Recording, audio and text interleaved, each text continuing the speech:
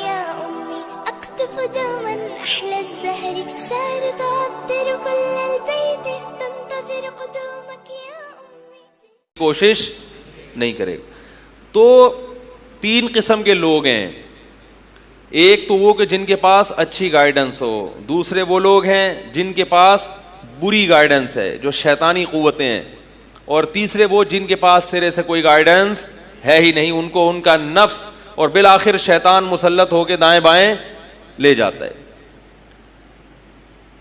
اللہ تعالیٰ نے جو اچھی گائیڈنس ہے, جو لوگوں کو صحیح راستے کی طرف رہنمائی کرتے ہیں, وہ صرف اور صرف پیغمبروں کا راستہ ہے, اور اس گائیڈنس کے لیے اللہ نے آسمان سے پیغمبروں کو بھیجا ہے. دنیا میں سب سے پہلا انسان جو آیا وہ پیغمبر تھا. کیوں؟ دیکھو, اللہ یہ بھی کر سکتے تھے کہ انسانوں کو پیدا کرتے, جب انسان گمراہ ہونا شروع ہوتے تو پیغمبر کو بھیج دیتے. کیا خیال ہے بھائی؟ پہلا انسان ہی پیغمبر کیوں؟ یہ سوال سمجھ میں آتا ہے کہ نہیں آتا؟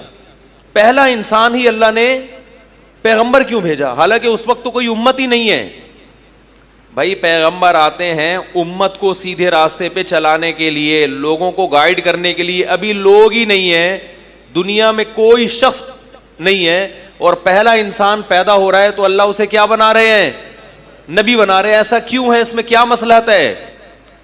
اس میں مصلحت یہ ہے کہ اگر ایک انسان بھی بغیر نبوت کے پیدا ہو جاتا, وہ یہ کہہ سکتا تھا مجھے سمجھانے کے لیے کوئی نبی نہیں آیا, لہذا میرے پاس کوئی گائیڈنس نہیں تھی. تو اے اللہ, جب میرے پاس گائیڈنس ہی نہیں تھی تو تو مجھے کس بات کی بنیاد پہ جہنم کی آگ میں پھینک رہا ہے؟ اللہ نے انسانوں کو پیدا کرنے کے لیے پیغمبر کا انتظام پہلے کیا اور انسانوں کو بعد میں پیدا کیا ہے. آپ جب کسی کو کوئی رخ دیتے ہیں, کسی شخص نے جب سفر کرنا ہوتا ہے تو گوگل میپ پہلے کھولتا ہے یا سفر شروع کرنے کے بعد کھولتا ہے؟ وہ آپ کہہ سکتے ہیں ہم سفر شروع کرنے کے بعد کھولتے ہیں. وہ اس لیے کھولتے ہیں کہ آپ کو رخ پتا ہوتا ہے کہ جانا کہاں ہے. آپ کہتے ہیں چلو روڈ پہ نکلو پھر کھولیں گے میپ. لیکن اگر آپ کو سرے سے یہی نہ پتا ہو کہ جانا لانڈی جانا ہے, آپ کو یہ نہیں پتا کہ لانڈی ادھر ہے ادھر ہے ادھر ہے ادھر ہے, تو میپ پہلے کھولو گے پھر سفر کرو گے, یا سفر پہلے شروع کر دو گے میپ بعد میں کھولو گے؟ میپ پہلے کھولو گے, یا کسی سے پہلے پوچھو گے نا کہ ادھر جانا ہے ادھر جانا ہے.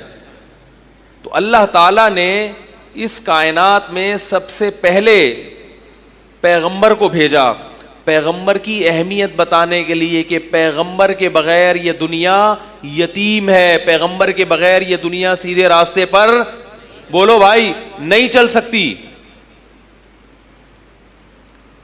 اور عجیب بات میں آپ کو بتاؤں, اس وقت دنیا میں اگر کوئی خیر ہے, گورے اس بات کا اعتراف کرتے ہیں کہ وہ پیغمبروں کی وجہ سے ہے.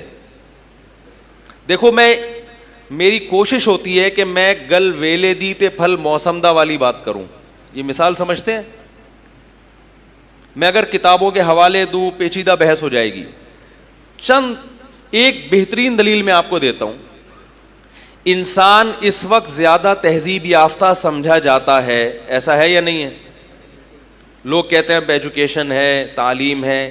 جتنا پاس کی طرف جائیں تو خود دنیا یہ اعتراف کرتی ہے کہ تعلیم سے ہم دور ہوتے چلے جا رہے ہیں.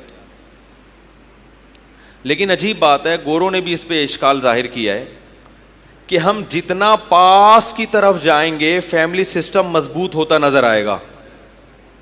بات آ رہی ہے سمجھ میں؟ اور جتنا فیوچر کی طرف جا رہے ہیں یہ سسٹم تباہ ہوتا نظر آ رہا ہے. اگر پہلے تہذیب کم تھی تو لوگوں کے خاندانی نظام مضبوط کیوں تھے؟ ان کو کس نے گائیڈ کیا؟ نہیں یاری بات, بہت مشکل ہے سمجھانا بھائی. بھائی ان کے پاس گائیڈنس کہاں سے آئی کہ زنا سے بچو؟ یہ گائیڈنس کس نے دی ان کو؟ نہیں یاری بات. بھائی پہلے کیا کوئی اقوام متحدہ تھی جس نے پوری دنیا کو ایک میز پہ جمع کر کے ایک لا بنا کے دے دیا ہو؟ بھائی کچھ بولنا پڑے گا آپ کو.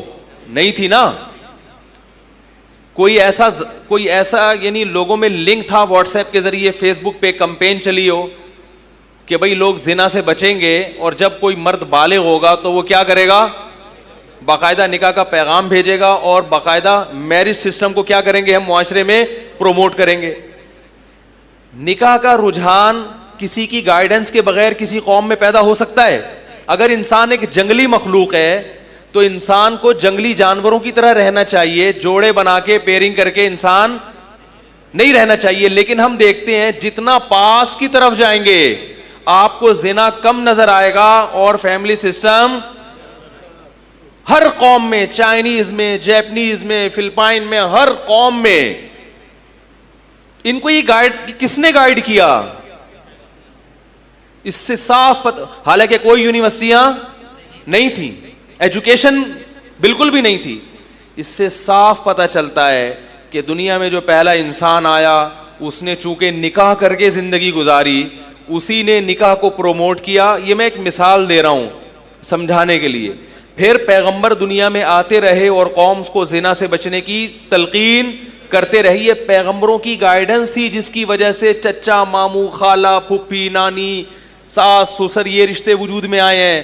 یہ گائیڈنس جب ختم ہوتی چلی گئی تو دنیا اس وقت اعلیٰ معیاری تعلیم حاصل کر رہی ہے, مگر اتنی بد تہذیب ہو چکی ہے, اتنی بد تہذیب کہ وہ اپنے فیملی سسٹم کو برقرار نہیں رکھ سکی. اس سے پتہ چلتا ہے کہ ہر دور میں پیغمبر آتے رہے ہیں اور وہ انسانوں کو تہذیب کی تعلیم دیتے رہے, اور پیغمبروں کی گائیڈنس کے بغیر انسان مہذب اور تہذیب یافتہ نہیں ہو سکتا. اللہ اللہ اللہ اللہ اللہ اللہ اللہ اللہ